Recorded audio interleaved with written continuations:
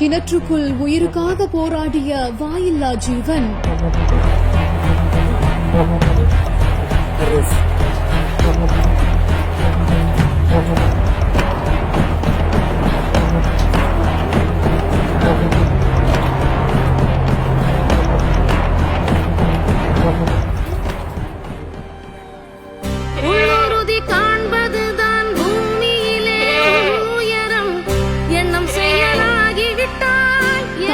தத்தளித்த உயிரை மீட்க போராடிய தீயணைப்பு அதிகாரிகள்.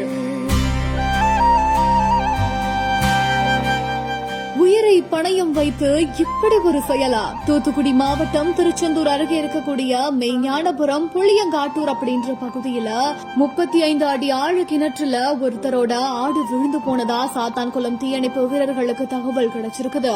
தகவல் அறிந்து சம்பவ இடத்துக்கு வந்த தீயணைப்பு வீரர்கள் உயிரை துச்சமென பணயம் வைத்து அந்த ஒரு வாயில்லா ஜீவனை காக்கிறதுக்கு கிணற்றுக்குள்ள உயிருக்கு போராடி கொண்டிருந்த ஆடு மீட்க உயிரை பணயம் வச்சு இப்படி ஒரு